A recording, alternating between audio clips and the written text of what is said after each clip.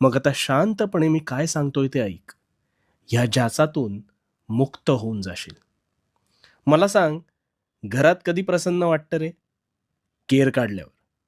कारण केर काढल्यावर घरात लक्ष्मी वास करते अशी एक धारणा आहे.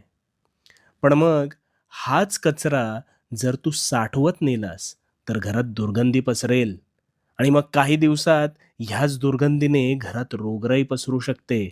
मग नको असलेला विचारांचा कचरा, तो मात्र तू नेहमी कळत-नकळत साठवत नेतोस. ज्याची मुळं तुझ्या मनात घट्ट घर करून बसतात आणि मानसिक स्वास्थ्य बिघडवतात. पण मग या विचारांना मानसन्मान कोण देतं रे? मला सांग ना, कोण देतं? तूच ना. आणि म्हणून आणि म्हणून ते तुझ्या मनात घर करून बसतात. तुझी चूक नसताना तूच ह्यात कोळ्यासारखा गुरफटत जातोस. आता यातून